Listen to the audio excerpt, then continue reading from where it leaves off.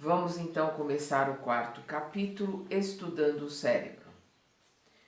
Com a mão fraterna espalmada sobre a fronte do enfermo, como a transmitir-lhe vigorosos fluidos de vida renovadora, Calderaro esclareceu-me bondoso.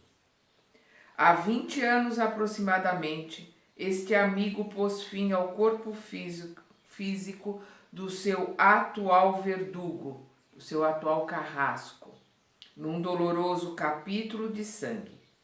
Iniciei o serviço de assistência a ele só há 3 dias. No entanto, já me inteirei da sua comovente história. Dirigiu compassivo olhar ao algoz, né, que é o vingador, né, o carrasco, né, aquele desencarnado que está ali, que é o vingador, né, do desencarnado, e prosseguiu. Trabalhavam juntos numa grande cidade, entregues ao comércio de quinquilharias. O homicida desempenhava funções de empregado da vítima, desde a infância, e atingida a maioridade, exigiu do chefe, que passara a tutor, o pagamento de vários anos de serviço. Negou-se o patrão terminantemente a satisfazê-lo, alegando as fadigas que vivera para assisti-lo na infância e na juventude. Propiciar-lhe-ia vantajosa posição no campo dos negócios, conceder-lhe-ia interesses substanciais, mas não lhe pagaria vintém, quer dizer, não lhe pagaria, né, nenhum tostão relativamente ao passado. Até ali, guardara a conta de um filho que lhe reclamava contínua assistência. Estalou a contenda, né? Os dois começaram a discutir, né? Palavras rudes, trocadas entre vibrações de cólera, inflamaram o cérebro do rapaz, que no auge da ira o assassinou, dominado por selvagem fúria. Antes, porém, de fugir do local, o criminoso correu ao cofre em que se amontoavam fartos pacotes de papel moeda, retirou a importância vultosa a que se supunha com direito, deixando intacta regular fortuna que despistaria a polícia no dia imediato.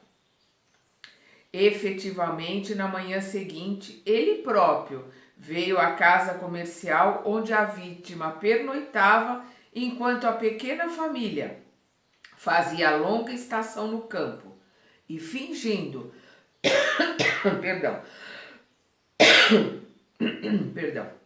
e fingindo preocupação ante as portas cerradas, convidou um guarda a segui-lo a fim de violarem ambos uma das fechaduras.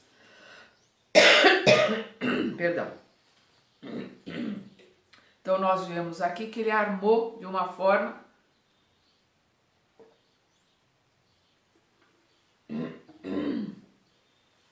que não desconfiassem dele, né?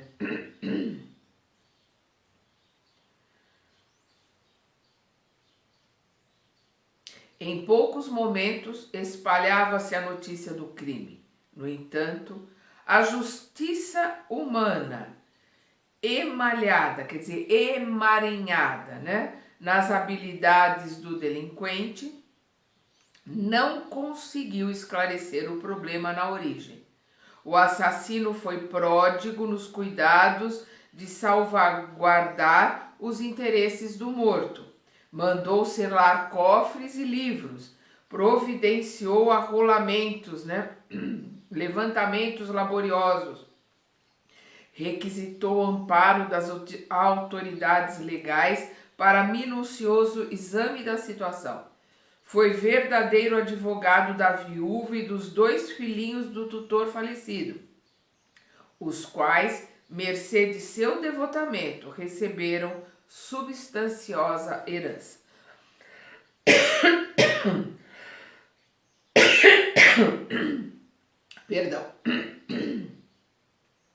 Pranteou a ocorrência, como se o desencarnado lhe fosse pai. Terminada a questão, com a inanidade do aparelho judiciário diante do enigma, né, da incapacidade, né, do aparelho judicial poder destrinchar a história, descobrir o assassino, né, retirou-se discreto para grande centro industrial, onde aplicou os recursos econômicos em atividades lucrativas. O mentor estampou diferente brilho no olhar, fez pequena pausa e acrescentou: conseguiu ludibriar os homens, ele conseguiu enganar os homens, mas não pôde iludir a si mesmo. A entidade desencarnada, concentrando a mente na ideia de vingança, passou perseverante a segui-lo. Aferrou-se-lhe a organização psíquica, a maneira de Hera, né, a maneira daquelas trepadeiras, né, que tem aquelas garrinhas, né, se grudam, né, no muro. Aferrou-se-lhe a organização psíquica, a maneira de Hera, sobre muro viscoso. Tudo fez o homicida para atenuar-lhe o assédio constante. Desdobrou-se nos empreendimentos materiais, ansiando o esquecimento de si mesmo e pondo em prática iniciativas que lhe fizeram afluir, que lhe fizeram ganhar ao cofre enormes quantias, valorizando-lhe os títulos bancários. Quer dizer, ele conseguiu amealhar uma fortuna e fugir, tentar esquecer, né, do crime que havia feito, se enterrando no trabalho. Tem muita gente que faz isso até hoje, né? Observando, entretanto, que os altos patrimônios econômicos não lhe arrefeciam, quer dizer, não lhe aliviavam a intranquilidade e o sofrimento inconfessáveis, deu-se pressa em casar, aflito por sossegar o próprio íntimo. Desposou uma jovem de alma extremamente elevada, à zona superior da vida humana, a qual lhe deu 5 filhinhos encantadores. No clima espiritual da mulher escolhida, conseguiu de certo modo equilibrar-se, conquanto a vítima nunca o largasse. Ocasiões houve em que se engolfava, em que se mergulhava nas mais cruéis depressões nervosas, assaltado por estranhos pesadelos aos olhos dos familiares, mas sempre resistia, amparado até certo ponto pelas afeições de que a esposa desde muito dispõe em nossos planos. Então estamos vendo aqui de novo a intercessão. Pelo padrão superior da esposa, pelos amigos, pela família espiritual que ela detém no plano espiritual, eles intercederam por ela, ajudando-o, né? Então ele recebeu alívio pela intercessão dela e pela intercessão daqueles que a amavam. Se as leis humanas, todavia, correspondem à falibilidade dos homens encarnados, as leis divinas jamais falecem. As leis divinas são imutáveis, implacáveis, não morrem, né? Não são enganadas jamais, em tempo algum. Conservando as forças tenebrosas acumuladas em seu destino desde a noite do assassínio, nosso desventurado amigo manteve enclausuradas, quer dizer, manteve presas, né, no porão da personalidade, todas as impressões destruidoras recolhidas no instante da queda. Ele não conseguia esquecer a hora do assassinato e o tempo todo ele relembrava, ele ressentia, revivia aquelas horas e aqueles momentos. Repugnava-lhe uma confissão pública do crime, a qual, de certo modo, lhe mitigaria a angústia, lhe diminuiria a angústia. Quando a pessoa desabafa, quando ela conta aquilo que aconteceu, é para isso que os psicólogos, os psiquiatras estão aí para ouvir, quando ela bota para fora, quando ela coloca para fora, quando ela fala, ela alivia, ela como que se livra uma certa parte, de uma certa forma daquilo. Mas ele, por orgulho, por medo da justiça, por medo da mulher, dos filhos, dos familiares, do padrão, né, da posição social que ele adquiriu na sociedade por causa da riqueza que ele amealhou. Ele não jamais queria se expor, né, contar para alguém o que havia acontecido. Principalmente, ele não queria mostrar essa face oculta dele para a esposa, que tinha um outro olhar para ele, né? E isso o aliviaria, mas ele não queria esse alívio porque o orgulho não permitia. Aí nós vamos ver o quanto o orgulho. O erro foi grande, mas se ele diminuísse o orgulho, contasse para a esposa, se ele botasse para fora, se ele tentasse se redimir de alguma outra forma, ele se aliviaria um pouco. Então vou repetir aqui. Repugnava-lhe uma confissão pública do crime, a qual, de certo modo, lhe diminuiria a angústia, libertando energias nefastas, né? Energias prejudiciais que arquivaram. A essa altura da narrativa, Calderaro interrompeu-se. Tocou a zona do córtex, né? Tocou a zona do córtex do enfermo, né? Do doente que estava ali naquele hospital e prosseguiu. A mente criminosa, assediada pela presença invariável da vítima a perturbar-lhe a memória, passou a fixar-se na região intermediária do cérebro, na região do córtex cerebral, né? Porque a dor do remorso não lhe permitia fácil acesso à esfera superior do organismo perispirítico, onde os princípios mais nobres do ser erguem o santuário de manifestações da consciência divina. Então, nós vimos no capítulo passado os 3 andares, né? O porão, o primeiro andar, né? E lá o andar superior. Então, ele ficava preso ali, né? No porão, né? Com aquelas ideias que estavam ali guardadas nele, no primeiro andar, que é ali o buscar a riqueza, buscar a sociedade, buscar suprir as coisas da família. E ficou preso ali no remorso, ficou preso ali ressentindo, rememorando a hora do crime, buscando se esconder no trabalho, querendo coisas e querendo amealhar coisas, dizendo que era para a família, mas era uma fuga da mente dele, sem ter condições de acessar as zonas mais altas do perispírito, da alma, né? Que poderiam lhe dar alívio, lhe levar a regiões melhores onde ele poderia evoluir. Então ele ficou preso nas zonas mais baixas do perispírito, do corpo espiritual, né? É o que ele diz aqui. O remorso, a dor do remorso não lhe permitia fácil acesso à esfera superior do organismo perispirítico. Tanto o remorso como a influência do algoz ali, né, do verdugo, carrasco, né? Onde isso é uma coisa que a gente tem que entender. O obsessor, ele está sempre ligado ao obsediado por atitudes mágoas, sentimentos ou dores que o obsediado fez o obsessor sentir. Então é uma ligação por direito. Então é por isso que está aqui, né? Então o remorso não lhe permitia fácil acesso à esfera superior do organismo perispirítico, onde os princípios mais nobres do ser erguem o santuário de manifestações da consciência divina. Então ele não tinha como acessar a consciência maior, ele não tinha como acessar o eu superior, as regiões melhores que todos nós possuímos. Aterrorizado pelas recordações, transia-o, quer dizer, assombrava-o, né?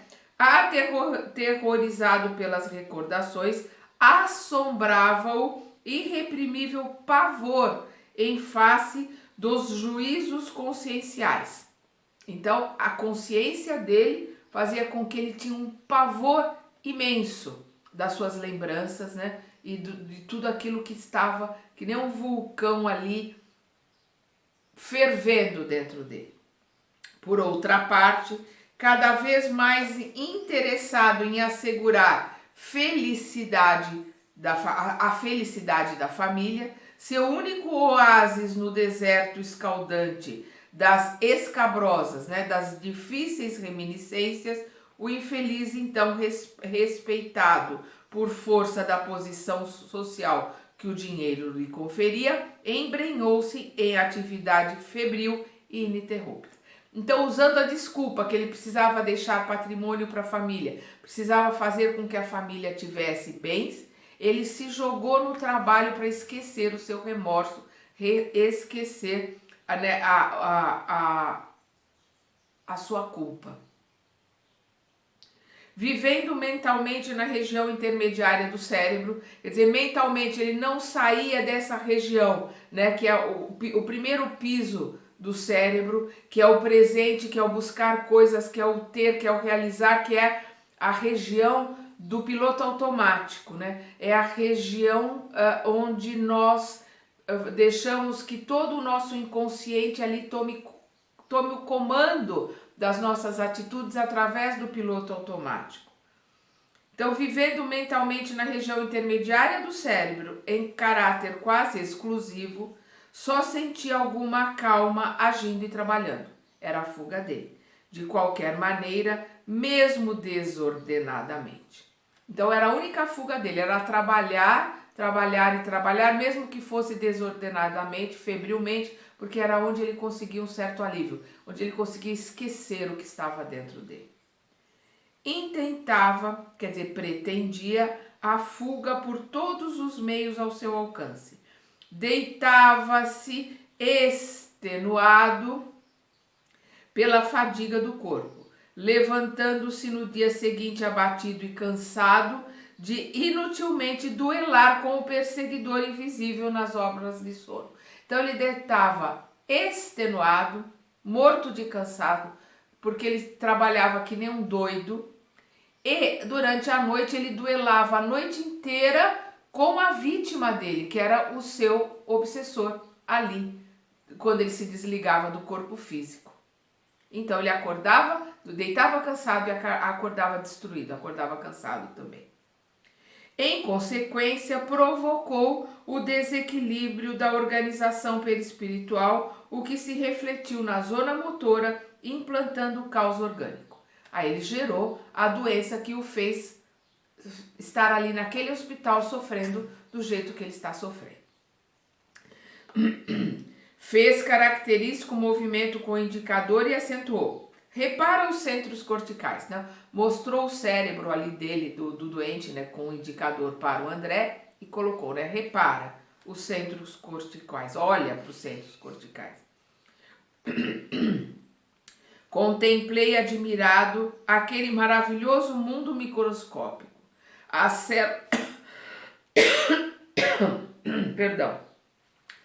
células piramidais, distinguindo-se pelo tamanho, diziam da importância das funções que lhes impediam no laboratório das energias nervosas. Observando atentamente o quadro, não me parecia que estivesse a examinar o tecido vivo da substância branco-cinzenta. Tive a impressão de que o córtex fosse um robusto dínamo em funcionamento. Não estaríamos diante de algum aparelho elétrico de complicada estrutura? Malgrado, quer dizer, apesar dessas impressões, reparei que a matéria cerebral ameaçava amolecimento. Então é importante que a gente dê uma olhada no Google e veja como funciona uma matéria, né, um córtex cerebral em pleno funcionamento, para a gente entender aqui, né, o espanto do André, porque ele esperava, né, um dínamo, uma fonte de energia ali, né, trabalhando, né, no cérebro. E o que ele veio foi uma matéria cerebral ameaçada de amolecimento. Continuava perplexo, sem saber como formular os comentários cabíveis, quando o Calderaro, né, me veio em socorro esclarecendo. Estamos diante do órgão perispiritual do ser humano, adeso, quer dizer, aderido à duplicata física, da mesma forma que algumas partes do corpo carnal têm estreito contato com o indumento, com a roupa. Então, o que ele está aqui? Você está diante de um corpo onde a duplicata física, né, onde o perispírito está aderido ali, né, está grudado no corpo, no corpo carnal, da mesma forma, né, que a roupa, né, está grudada no corpo.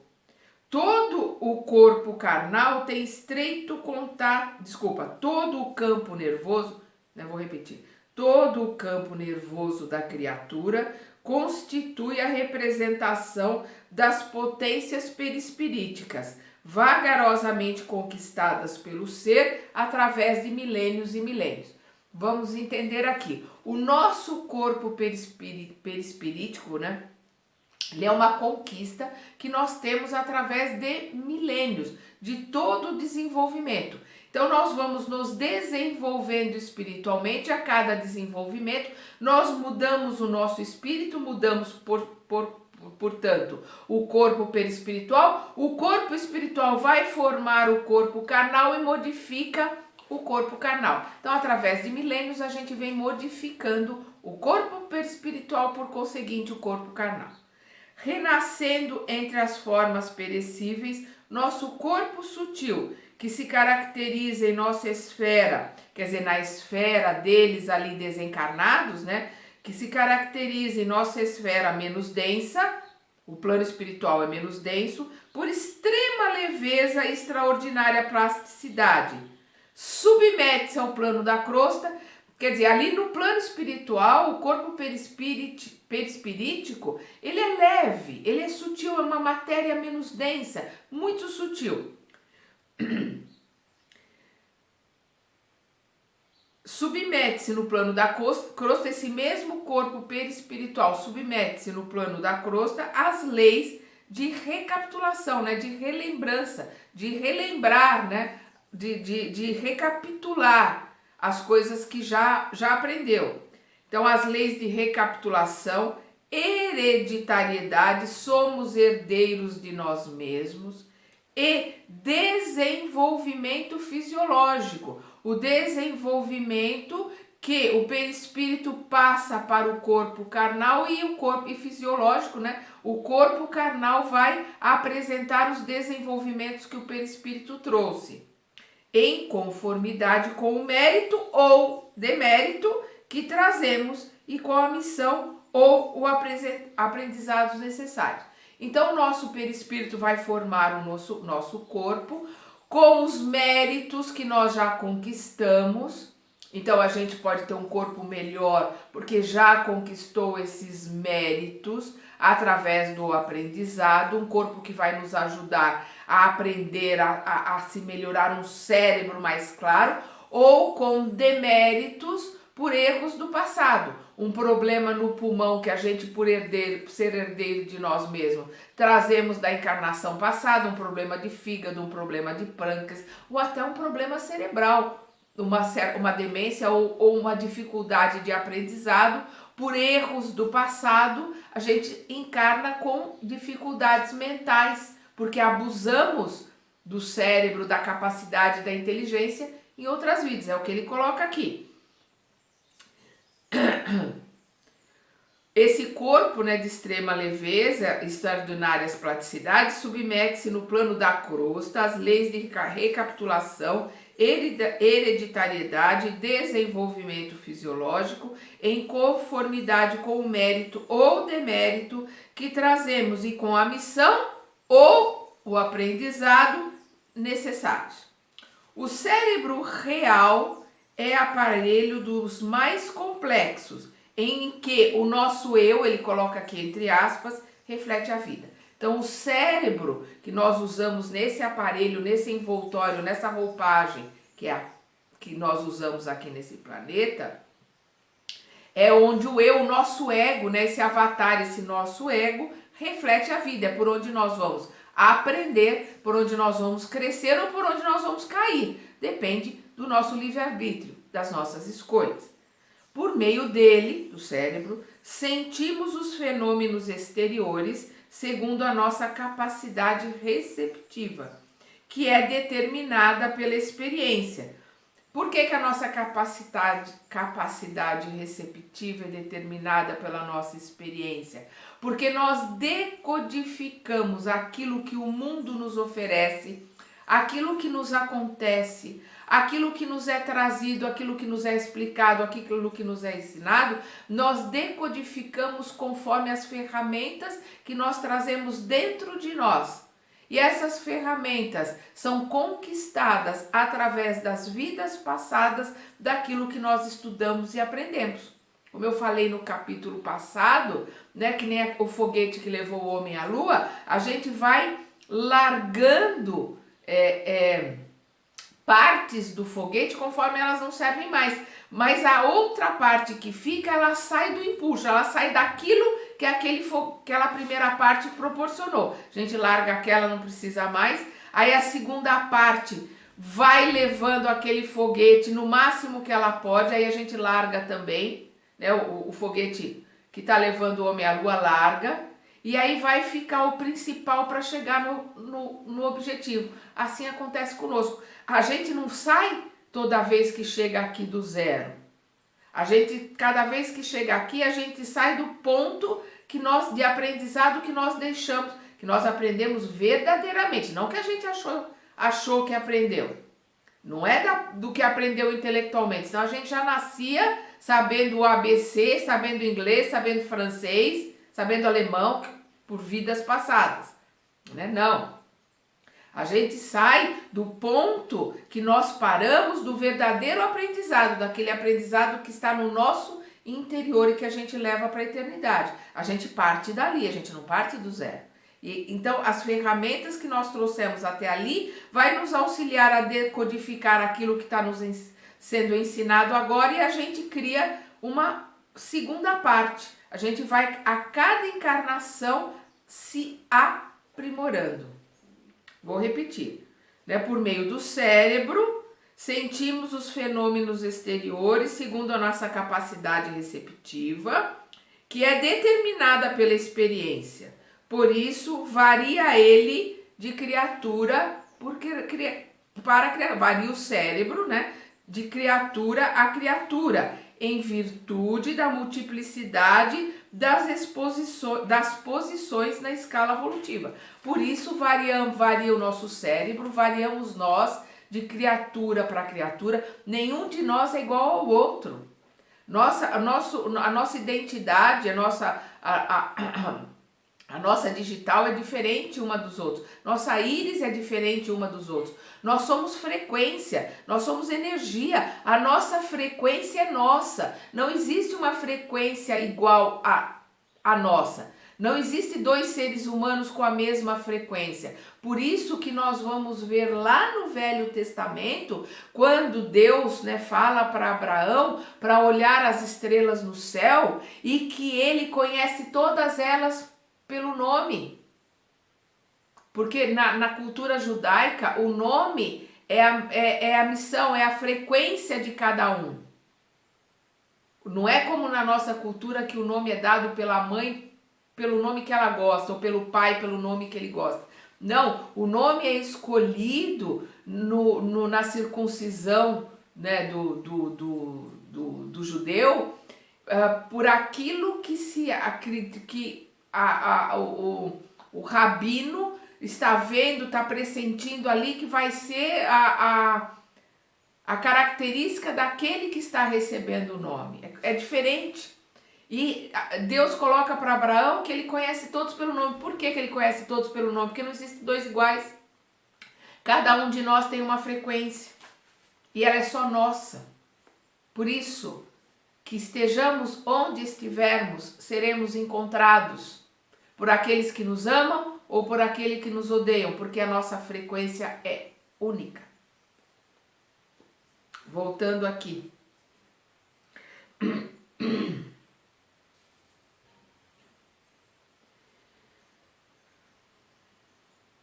Perdi aqui. O cérebro, não, já estou aqui embaixo, né? Por isso ele varia, por meio dele sentimos os fenômenos exteriores, segundo a nossa capacidade receptiva, que é determinada pela experiência. Por isso varia ele de criatura a criatura, em virtude da multiplicidade das posições na escala evolutiva. Somos diferentes, cada um num degrau, cada um numa escala da evolução. Nem os símios, né, os macacos, ou os antropóides, né, os primatas, a caminho da ligação com o gênero humano, apresentam cérebros absolutamente iguais entre si. Cada individualidade revela-o de acordo, né, consoante, quer dizer, de acordo com o progresso efetivo realizado. Cada individualidade, cada um de nós revela um cérebro, revela uma vibração, revela uma energia conforme o aprendizado que amealhou em todas as suas existências. Cada um de nós está num degrau, cada um de nós está num aprendizado, cada um de nós está numa categoria na evolução.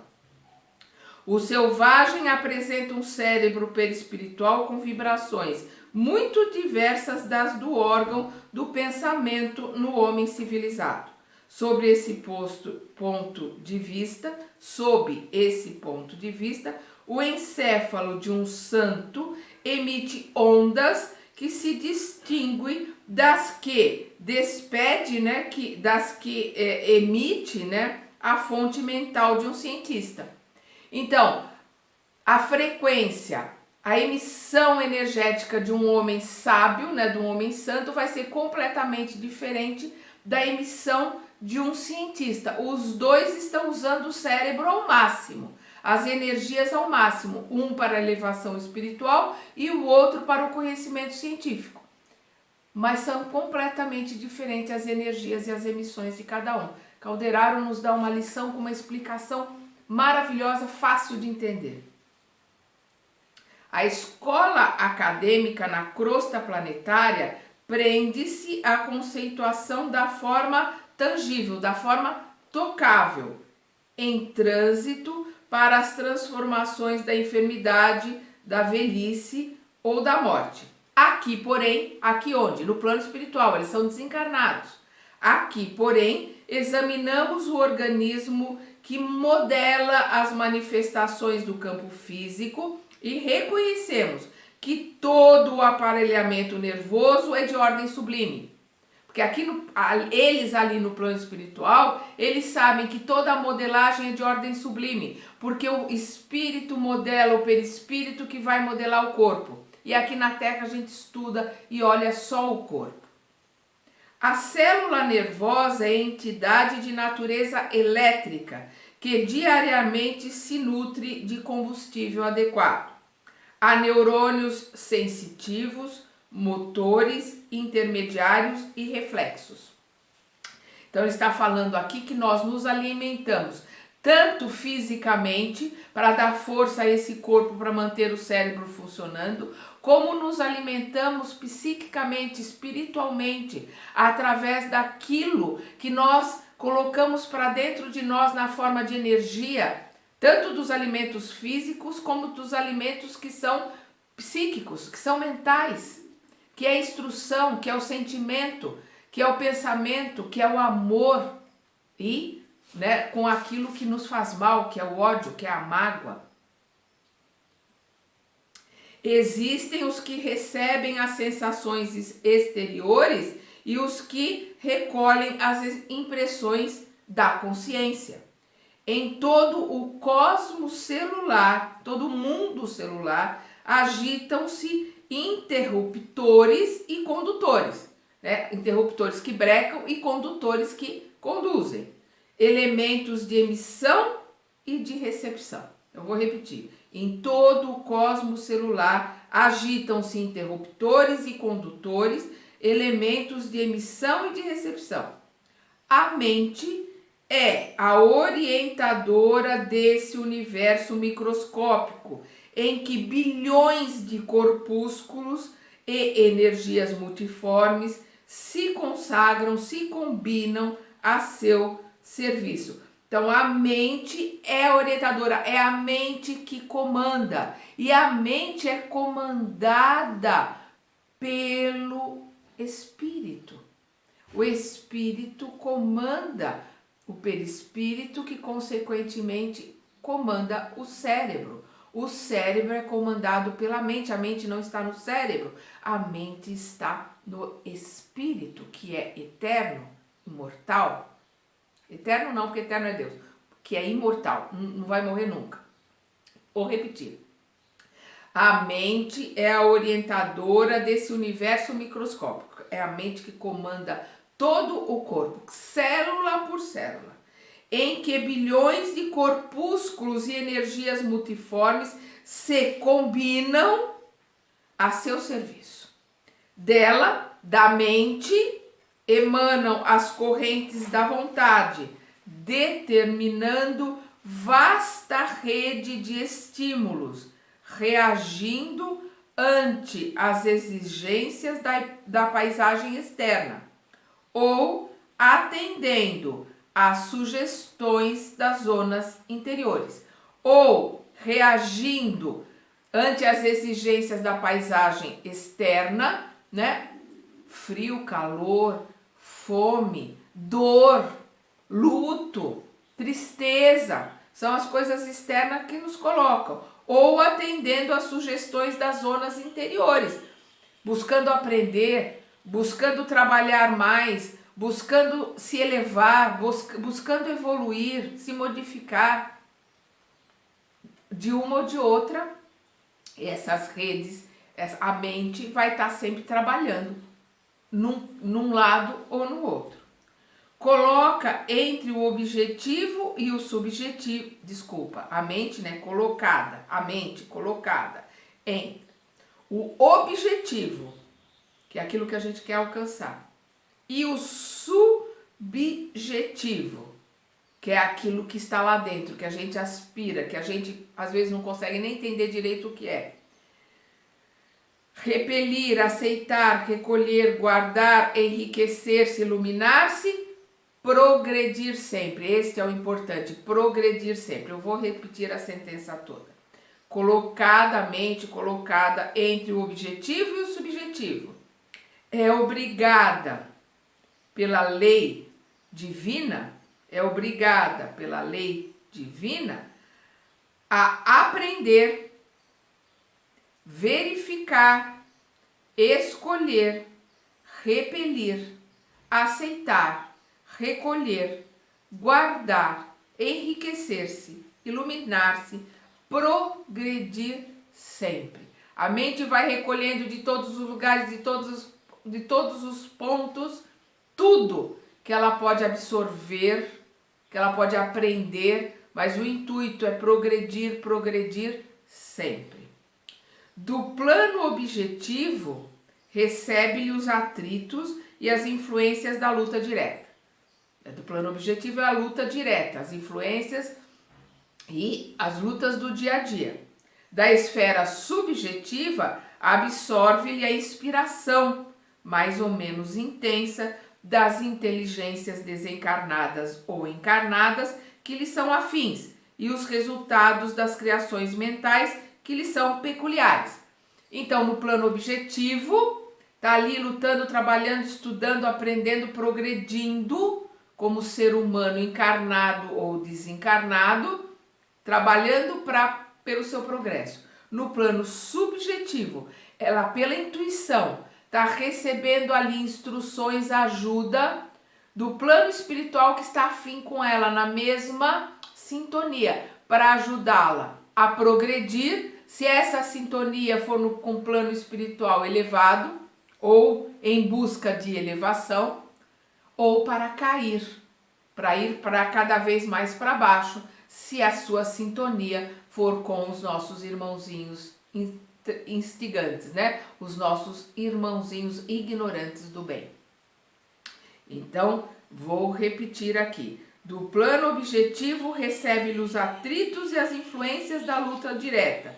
Da esfera subjetiva, absorve-lhe a inspiração mais ou menos intensa das inteligências desencarnadas ou encarnadas que lhes são afins e os resultados das criações mentais que lhes são peculiares, ainda que permaneça aparentemente estacionária, a mente prossegue seu caminho, sem recuos, sob a indefectível, sob a infalível atuação das forças visíveis ou invisíveis.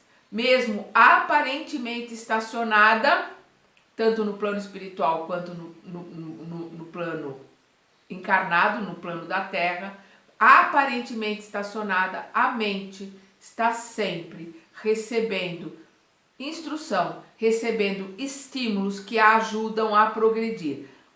O estacionamento é aparente, ela vai estar sempre assimilando coisas que a ajudarão a progredir. Vamos continuar estudando e aprendendo na segunda parte deste capítulo.